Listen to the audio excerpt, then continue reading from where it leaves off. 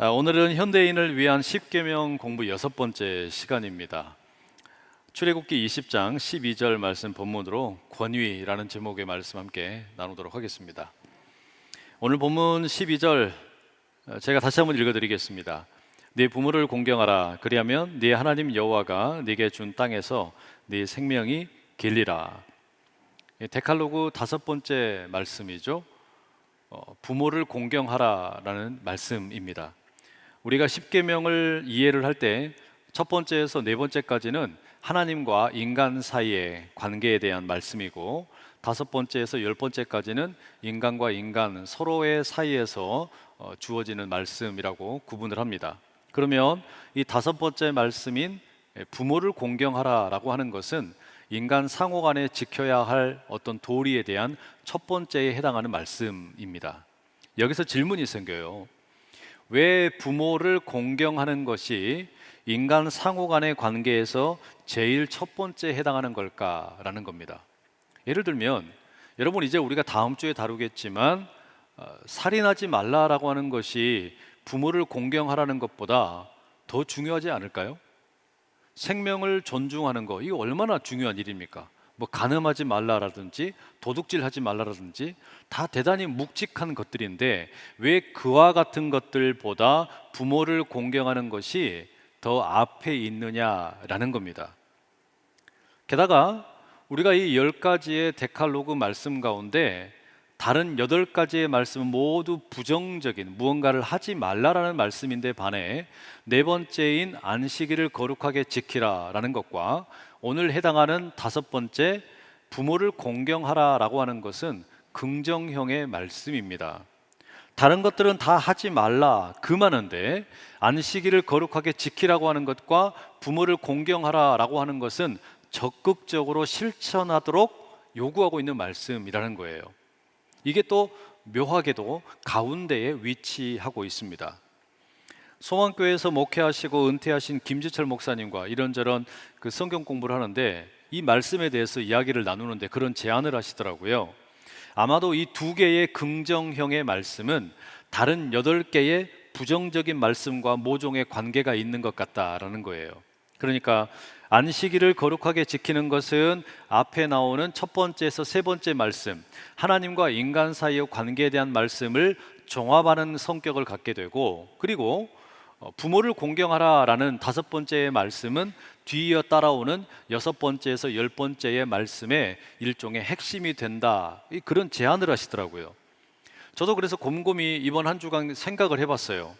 어떻게 그렇게 이해할 수 있을까? 예를 들어서 안식일을 거룩하게 지키라라는 이 긍정의 말씀은 앞에 나오는 첫 번째에서 세 번째 말씀과 깊게 연관이 되어 있다, 맞는 것 같아요. 예를 들면 안식일을 거룩하게 지킨다라고 하는 것은요, 하나님 외에 다른 신을 나에게 두지 않는다는 것이고, 우상을 만들거나 절하거나 섬기지 않는다는 것이고, 하나님의 이름을 망령되이 부르지 않는다는 것이죠. 그게 안식일을 거룩하게 지키는 가장 어떤 바람직한 모습 가운데 하나일 것입니다. 그러니까 안식일을 거룩하게 지키라는 이 네 번째 말씀은 첫 번째, 두 번째, 세 번째 말씀의 종합이라고도 말할 수 있어요. 자, 그와 같은 방식으로 다섯 번째에 해당하는 부모를 공경하라라고 하는 것은 뒤이어 나오게 되는 살인하지 말라, 간음하지 말라, 도둑질하지 말라, 이웃에 대해 거짓 증거하지 말라, 이웃의 집을 탐내지 말라, 이와 같은 말씀들의 종합이 될 수 있을까요? 어떤 그와 같은 모든 말씀들을 어떤 아우르는 핵심이 될 수 있겠느냐라는 겁니다. 이에 대한 어떤 답을 우리가 찾기 위해서 차근차근 말씀을 좀 공부해 보려고 합니다. 우리가 다시 한번 이 12절의 말씀을 함께 읽어 보실게요. 시작. 네 부모를 공경하라. 그리하면 네 하나님 여호와가 네게 준 땅에서 네 생명이 길리라. 저는 이 구절에서 가장 중요한 단어가 공경이라고 생각을 해요. 이 공경이라는 말은 우리 국어사전을 찾아보게 되면 사람이 어떤 대상에 대해 몸가짐을 조심스럽게 하여 받들어 모시는 것이라고 말합니다.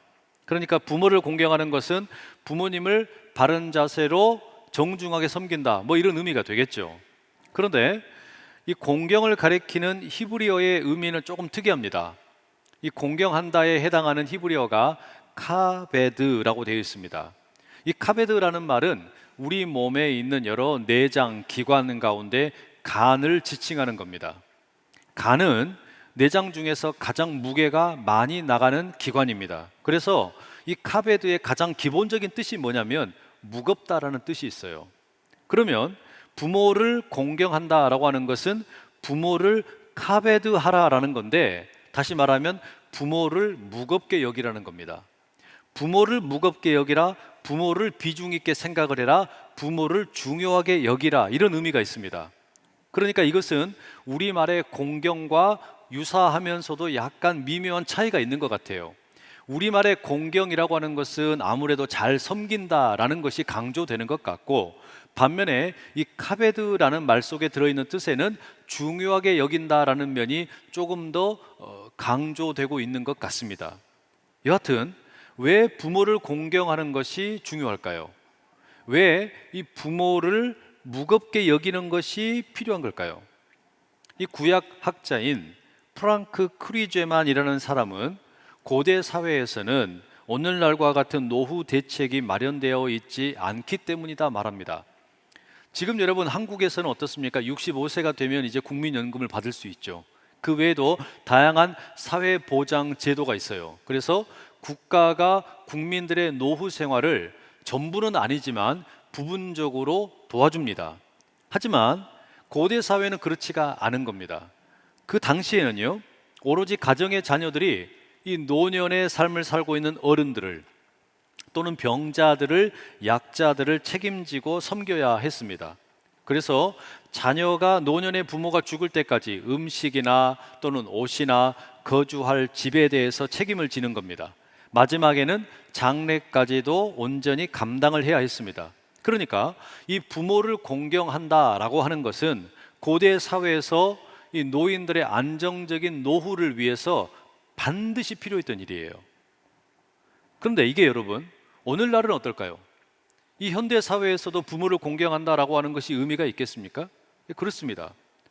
과거의 농경 사회에서는요, 이 생산 방식이라고 하는 것이 노동 집약적이었죠. 그리고 농사 일에 있어서 지혜의 어떤 그 원천은 언제나 경험이 많은 노인들에게 있습니다. 노인들이 농사를 많이 지어본 경험이 있기 때문에 그 노인들로부터 많은 농사 일에 대한 지혜를 배우는 거예요. 그래서 노인들이 권위가 있습니다. 노인들을 공경하는 것이, 존경하는 것이 당연하게 여겨졌습니다.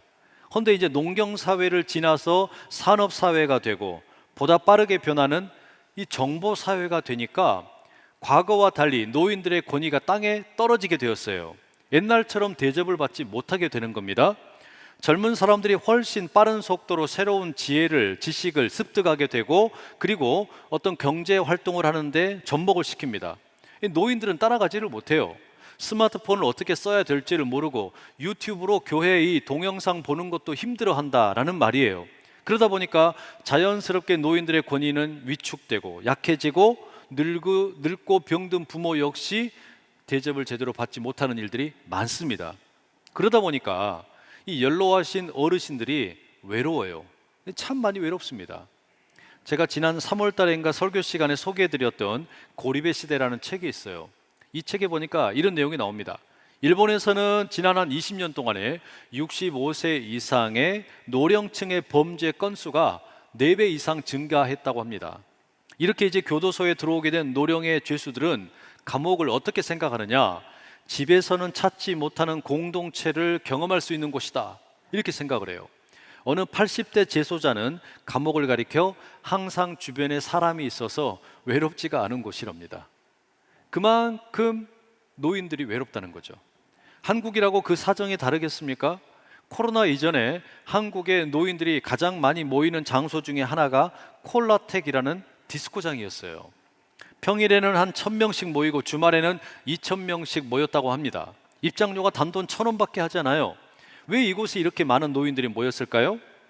집에 낮에 사람이 없기 때문입니다. 할 일이 없는 거예요. 그래서 쓸쓸합니다.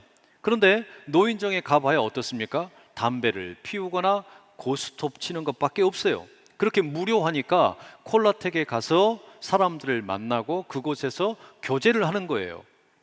여러분, 이처럼 현대 사회에서 노인들은 상당히 약자입니다. 갈 곳이 없어요. 그래서 사람들로부터 존경받지 못하고 어찌 보면은 좀 인정받지 못하고 있단 말이에요. 바로 그런 노인들의 외로움이 극도로 심해지고 있는 이 시대에 이 데칼로그 5번째의 말씀은 아주 의미 있게 다가옵니다. 네 부모를 공경하라 라고 하는 것, 그것은 여러분 우리에게 마음에 깊이 새겨야 할 말씀임에 틀림이 없어요. 부모가 외로운 노인이 되지 않도록, 또한 경제적인 능력이 없어서 노년의 삶이 비참해지지 않도록 우리 각자가 우리의 부모를 잘 공경하는 것, 이거 참 중요한 일이다 말할 수 있겠습니다.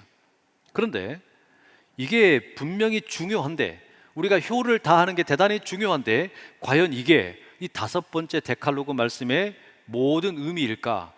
또 이게 그렇다면 앞서 말씀드린 것처럼 이어지는 6번째에서 10번째 말씀을 포괄하는 어떤 의미가 될 수 있을까? 그렇지가 않죠. 충분한 답이 될 수가 없습니다. 그럼 여러분, 이 부모를 공경한다라고 하는 것이 어떤 이유 때문에 살인하지 말라거나 간음하지 말라거나 도둑질하지 말라는 거나 이런 말씀들보다 앞에 나오는 걸까요? 그 이유가 뭘까요? 앞서 이 공경이라고 하는 것이 히브리어로는 카베드라고 말씀을 드렸죠. 그런데 이 카베드라는 히브리어 동사가 명령형으로 쓰여서 누군가를 무겁게 여겨라 이렇게 쓰이는 경우가 구약 성경에 딱 4번 나옵니다. 2번은 오늘 우리가 읽은 본문에 해당하는 10계명에 나와요. 그래서 출애굽기 20장 12절과 신명기 5장 16절에서는 부모를 카베드해라, 부모를 무겁게 여겨라, 부모를 공경해라 이런 의미로 사용이 됩니다. 그리고 나머지 2번은 하나님에 대해서 이 카베드라는 동사가 사용이 됩니다. 잠언 3장 9절과 이사야 24장 15절이에요. 네 재물과 네 소산물의 처음 익은 열매로 여호와를 공경하라. 잠언의 말씀입니다. 이사야의 말씀은 이렇습니다. 그러므로 너희가 동방에서 여호와를 영화롭게 하며 바다 모든 섬에서 이스라엘의 하나님 여호와의 이름을 영화롭게 할 것이라. 여호와의 이름을 영화롭게 하라. 이게 카베드라는 단어의 뜻입니다. 여러분, 여기서 우리가 유추할 수 있는 게 뭘까요? 적어도 구약 성경에서는 누군가를 무겁게 여겨라, 무겁게 받아들여라 라고 할 때 그 대상은 딱 둘밖에 없습니다. 하나님과 부모님밖에 없다는 거예요.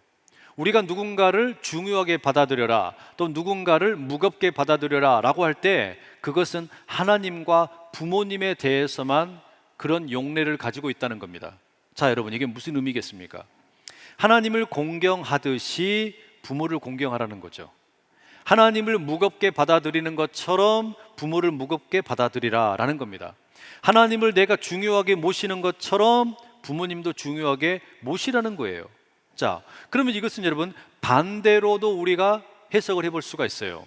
부모님을 공경하는 게 곧 뭐가 연결되는 겁니까? 하나님을 공경하는 것과 연결이 되는 거예요.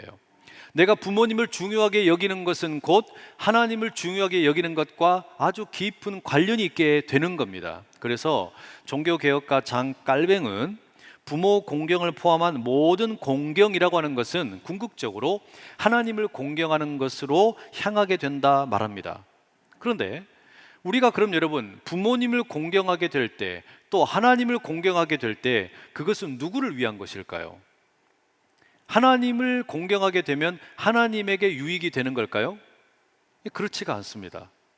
하나님을 공경하게 될 때 유익은 우리에게 돌아옵니다.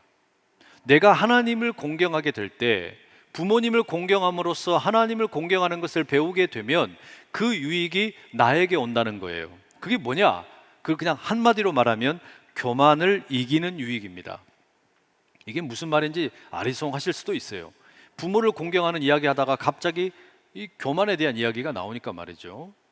이 교만이라는 말이 라틴어로는 수페르비아라고 합니다. 자기 자신을 높이 든다라는 의미입니다. 여러분, 우리가 스스로를 존귀하게 여기는 것, 자존감을 갖는 것은 대단히 중요하죠. 그런데 자신의 실제 상태보다 지나치게 높이는 것, 이건 문제가 있습니다. 그걸 교만이라고 말을 해요. 그래서 교만한 사람의 상태를 흔히 우리가 눈으로 묘사합니다. 사람을 위에서 아래로 깔보는 시선, 그게 여러분 교만의 대표적인 특징이죠. 이와 같은 그 교만의 시초는 에덴 동산의 아담과 하와에게서 비롯됩니다. 아담과 하와는 하나님처럼 되고 싶어서, 자신들은 피조물인데 창조주 하나님의 수준으로 자신을 높이고 싶어서 금단의 선악과를 따먹게 됩니다. 교만했단 말이에요. 그리고 그 교만으로 인해서 망하게 됩니다. 잠언 16장 18절은 그래서 우리에게 뭐라고 말합니까? 교만이 곧 패망의 선봉이라고 말합니다. 중세시대의 작가 단테가 쓴 신곡이라는 작품에 보면 교만했던 사람들이 지옥에서 받게 되는 형벌을 묘사합니다. 이 교만한 사람들은 지옥에서 어떤 형벌을 받게 되느냐? 자기 등 위에다가 어마어마하게 무거운 바위를 짊어지고 느릿느릿 걷는 모습으로 살아가게 됩니다. 그들은 무거운 바위에 눌려가지고 한 걸음도 제대로 디디지 못할 정도로 혹독한 고통을 겪게 됩니다. 왜 이런 형벌이 주어진 걸까요? 이 세상에 살 동안에 마음이 높아져서 눈이 높아져 가지고 이 아래의 사람들을 깔보면서 눈을 위로 치켜뜨고 살았던 것에 대한 반대급부입니다. 그래서 지옥에서는 등에다가 무거운 돌덩이를 짊어진 채 가슴이 낮아져서 어쩔 수 없이 눈이 낮아지는 형벌을 받게 되는 겁니다. 이게 단테가 묘사한 교만한 자들이 받게 되는 형벌입니다. 여러분, 이와 같은 교만의 특징이 뭐냐? 한 4가지 정도를 말씀드릴 수 있는데, 첫째가 뭐냐면 자기 기만적인 성격이 있어요. 사실이 그렇지 않음에도 자신이 무언가를 갖고 있는 것처럼 우쭐댄다라는 겁니다. 예를 들어서 내가 어쩌다 한번 착한 행동을 했는데 그것이 진짜 자신이 선한 것이라고 믿어버리는 거예요. 내가 진짜로 선한 사람이라고 착각을 하는 겁니다. 이게 교만의 자기 기만적인 성격입니다. 두 번째로는 이 교만이라고 하는 것은 다른 사람의 의견을 경청하거나 존중하지를 못한다는 특징이 있어요. 나의 판단과 생각이 훨씬 합리적이고 의롭고 도덕적이라고 생각하기 때문입니다. 그래서 쉽게 도덕적인 우월감에 빠지게 됩니다. 상대방을 무시하는 겁니다. 그래서 교만한 사람은 대화와 소통이 어려워요. 관계를 깨뜨립니다. 공동체를 분열시키는 거예요. 셋째, 이 교만의 특징 가운데 하나가 이게 쉽게 무너지질 않습니다. 사라지질 않아요. 무진장 끈질깁니다. 사실 여러분, 이 교만이라고 하는 것은 모든 죄의 뿌리입니다. 그런데 동시에 이 모든 죄가 다 사라짐에도 불구하고 끝까지 살아남는 게 뭐냐면 교만이라는 거예요. 그래서 마치 여러분, 우리가 여름날에 밭에 가가지고 잡초를 뽑으면 어떻습니까? 하루만 지나도 또 잡초가 무성하잖아요. 마치 그것처럼 우리 안에 있는 교만이라는 게 그런 거예요. 다른 죄는 다 죽여도 이 교만이라는 죄는 쉽게 죽이지를 못하는 거예요. 그만큼 교만이라는 것은 끈질긴 죄악입니다. 마지막 4번째, 교만의 특징 가운데 하나가 뭐냐? 가장 악랄한 최악의 교만이 영적 교만이라는 점입니다. 여러분, 사람들이 일반적으로 권력을 갖게 되거나 명예를 얻게 되거나 지식을 얻거나 또는 재물을 얻게 되면 손쉽게 교만해져요. 그런데 이와 같은 것과 달리 신앙생활을 하는 우리들에게 있어서 최악의 교만이 있는데 그게 바로 영적인 교만이에요. 열심히 주일 성수하고 또 새벽기도 빠지지 않고 매일 나오고 봉헌도 착실하게 드리고 봉사도 열심히 하는 성도일수록 어떤 교만에 빠집니까? 영적 교만에 빠지는 거예요. 이건 약이 없어요. 이건 정말 약이 없어요. 자, 여러분, 이 교만에 대한 말씀을 이렇게 자세히 드렸는데, 그렇다면 이게 이 데칼로그 5번째 말씀, 부모를 공경하라 라고 하는 것과 무슨 관련이 있을까요? 부모를 공경하라고 하는 거, 부모를 무겁게 여기라는 거, 부모를 중요하게 여기라고 하는 거, 이건 여러분 한편으로 보면 효도하라는 말씀임에 틀림이 없습니다. 내 육체의 부모님에 대해서 효도하라는 말씀이란 말이에요. 그런데 이게 전부가 아닙니다. 이 5번째 데칼로그 말씀에 보다 근본적인 메시지는 따로 있습니다. 그게 뭐냐? 부모를 공경할 줄 아는 사람이 비로소 자신의 교만을 이길 수 있다는 거예요. 부모를 공경할 줄 아는 사람은 하나님을 공경하게 되고, 하나님을 공경할 줄 안다라고 하는 것은 권위를 인정할 줄 아는 것이고, 그런 사람은 이 교만을 이길 수 있게 된다라는 겁니다. 이게 왜 그럴까요? 우리가 앞서서 지금 이 데칼로그 10계명의 말씀의 첫 번째에서 4번째 말씀까지 함께 살펴보았죠. 자, 주일이 되었습니다. 우리가 주일날 예배를 드리면서 안식을 합니다. 어떻게 안식을 합니까? 예배하는 가운데 하나님 외에 다른 신이 없음을 고백을 하고 어떤 우상도 만들거나 절하거나 섬기지를 않고 그리고 하나님의 이름도 함부로 부르지를 않으면서 우리는 예배를 드려요. 그래서 우리는 첫 번째, 두 번째, 세 번째, 네 번째 말씀을 잘 지키게 됩니다. 그러면 이제 예배를 마치고 어떻게 합니까? 집에 가죠. 일터로 갑니다. 그러면 일터로 가게 되면 무슨 일이 생기냐? 하나님을 잊어버려요. 하나님에 대해서 다 까먹어 버린단 말이에요. 그리고 나서 어떤 일이 생깁니까? 하나님을 무겁게 받아들이는 것을 까먹어 버리는 거예요. 하나님에 대한 카베드를 잊어버리는 겁니다. 그래서 어떻게 하냐? 하나님 대신 나를 높게 여기는 겁니다. 나를 카베드 하는 거예요. 나를 무겁게 받아들이고 나를 중요하게 생각하고 나를 비중 있는 존재로 여기기 쉽게 된다는 이야기예요. 얼마 전에 방영하고 또 종영을 하게 된 나의 해방일지라는 드라마의 대사 가운데 추앙한다라는 말이 유행을 하더라고요. 나를 추앙하라. 여러분, 우리는 일주일을 살아가면서 나를 추앙하면서 살아가게 되기 쉽다는 이야기예요. 나를 높이는 겁니다. 나를 대단한 존재로 착각하면서 살기 쉽다는 이야기입니다. 아담의 후손이기 때문에 우리에게는 바로 그와 같은 교만의 눈이 참 깊게 배어 있어요. 이게 우리의 본성이라는 이야기예요. 바로 그 교만 때문에 아담은 쫓겨나게 되었고 그 원죄로 인해서 우리 역시 교만으로 인해서 죄 가운데 빠져서 사망에 이르고 죽게 된다는 이야기입니다. 그 해결책이 뭡니까? 교만을 이기는 길은 겸손밖에 없어요.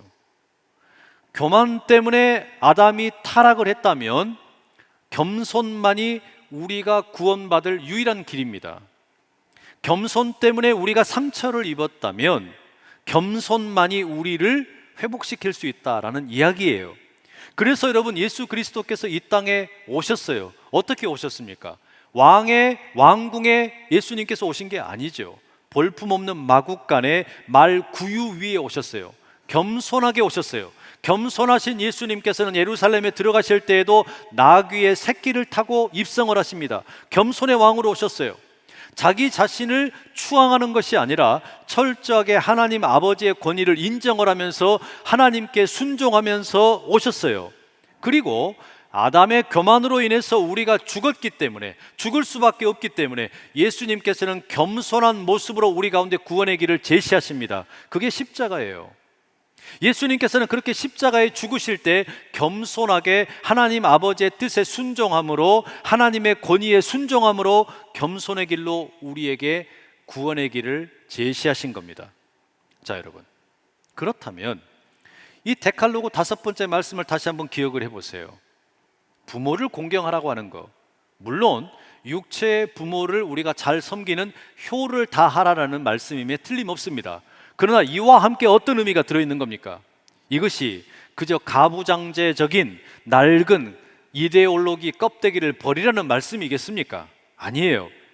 권위에 대해서 순종하도록 우리를 순응시키는 그런 어떤 나쁜 프로그램입니까? 그것도 아니에요. 여러분, 부모를 공경한다라고 하는 것, 우리를 교만으로부터 겸손의 길로 이르도록 하는 하나님의 구원의 길입니다. 저나 여러분이나 우리 모두에게는 동일하게 우리 육체의 중심에 배꼽이 있어요. 배꼽이 있다는 게 뭘 말합니까? 내 스스로 이 땅에 태어난 게 아니라 부모님을 통해 내가 이 땅에 태어났다는 것을 보여주는 상징입니다. 배꼽은 내 생명 전체가 나로부터 비롯된 것이 아니라 부모로부터 비롯되었고, 그리고 그 생명의 근원을 거슬러 올라가게 되면 하나님이 계신다는 것을 깨닫게 하는 도구입니다. 그래서 배꼽은 우리를 겸손하게 만들어요. 배꼽을 보면서 그러한 겸손을 깨닫게 되면 우리는 교만의 소나기로부터 벗어날 수 있게 되는 겁니다. 나아가 여러분, 우리에겐 또 다른 배꼽이 있어요. 예수 그리스도의 십자가라는 배꼽입니다. 예수 그리스도의 십자가는 영적인 배꼽입니다. 십자가에서 예수님께서는 철저하게 겸손하게 낮아지심으로 하나님 아버지의 권위에 순종하시면서 그 모든 고난을 마땅히 감당하셨습니다. 그리고 예수님께서 겸손하셨기 때문에 우리가 교만으로부터 벗어날 수 있는 길이 열리게 되었어요. 예수님은 그렇게 부모이신 하나님에게 철저하게 순종하셨습니다. 그래서 십자가는 또 다른 배꼽이 되는 겁니다.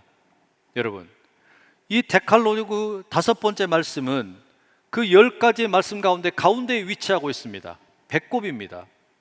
부모님을 공경하는 것은 곧 하나님을 공경하는 것이라는 것을 우리에게 깨닫게 하고, 하나님을 공경한다라고 하는 것은 하나님의 권위에 순응하는 것이고, 그 하나님의 권위를 인정하는 것은 나의 교만을 극복하는 유일한 길이 겸손이라는 것을 배우게 하는 겁니다.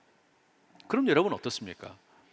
부모를 공경하라는 이 말씀이 왜 살인이나 간음이나 도둑질과 같은 다른 인간 사이의 도리들보다 앞에 나오는지 이해가 되는 겁니다. 6세기의 신학자 그레고리우스는 모든 죄 가운데 가장 심각한 죄가 교만이라고 말했습니다. 그리고 이 교만으로부터 다른 모든 죄가 나온다라고 말합니다. C.S. 루이스라는 영국 출신의 신학자요 또 동화 작가는 이렇게 말합니다. 교만에 비하면 다른 죄들은 벼룩에 물린 자국과 같다.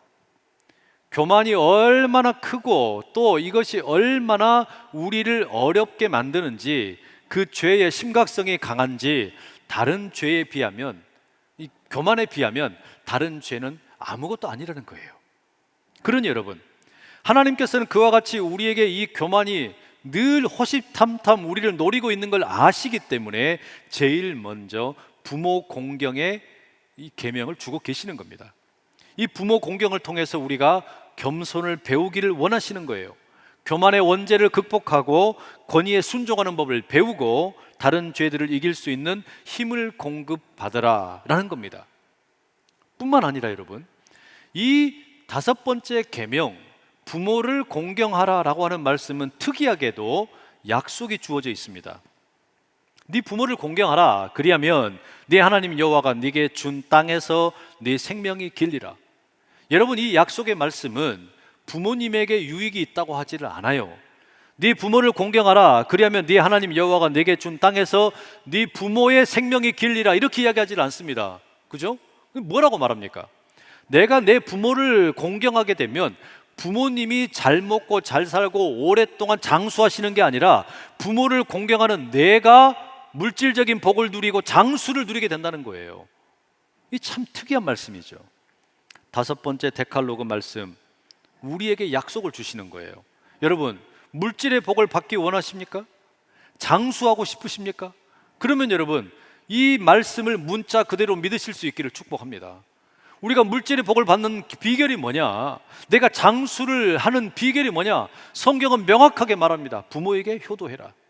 부모에게 공경을 해라. 부모를 무겁게 여겨라. 그리고 그 부모를 무겁게 여기는 것을 통해서 하나님을 공경하는 것을 배우라는 거예요. 그러면 우리에게 자연스럽게 물질의 복과 장수의 복이 따라온다는 겁니다. 여러분, 이게 뭡니까? 얼마나 좋은 일이에요. 그래서 사도 바울도 에베소서 6장 2절과 3절에 보면 부모를 공경하는 것은 약속이 있는 첫 번째 계명이라고 말하고 있어요. 여러분, 그렇습니다. 부모를 공경함으로 권위에 순종하는 법을 배우고 교만을 내려놓고 패망의 길에서 벗어나는 것이고, 그리하여 하나님께서 주시는 이 겸손한 자에게 주시는 복, 물질의 복과 장수의 복이 여러분 모두 가운데 가득 임하기를 간절히 축복합니다. 우리에게는 배꼽이 있어요. 이 배꼽을 보면서 우리는 겸손함을 배웁니다. 우리에게는 십자가라는 영적인 배꼽이 있습니다. 이 십자가를 보면서 예수님의 겸손을 배웁니다.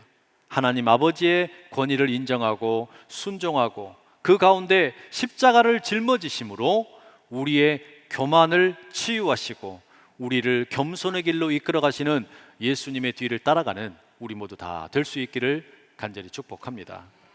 기도하겠습니다. 사랑하는 하나님 아버지, 우리는 아담의 후손으로 살아가며 어쩔 수 없는 교만의 본성을 가지고 있습니다. 때때로 하나님께 그렇게 열심히 예배드리고 주일날 예배로 나아갔지만 집에 돌아가면, 일터에 가면 나를 추앙하기에 바쁜 우리들의 모습이 너무나 많습니다. 나를 무겁게 받아들이고 나를 중요하게 생각을 하다가 교만함에 이르게 되고, 그 교만함으로 인하여 아담처럼 우리가 범죄할 때가 얼마나 많은지 모릅니다. 하오니 하나님 아버지, 우리에게 배꼽을 주신 이유를 기억하고 내가 겸손하게 나아갈 때 도리어 하나님이 주시는 물질의 복과 장수의 복을 누리게 되는 것을 잊지 않게 하여 주시옵소서. 예수 그리스도 이름으로 기도드립니다. 아멘.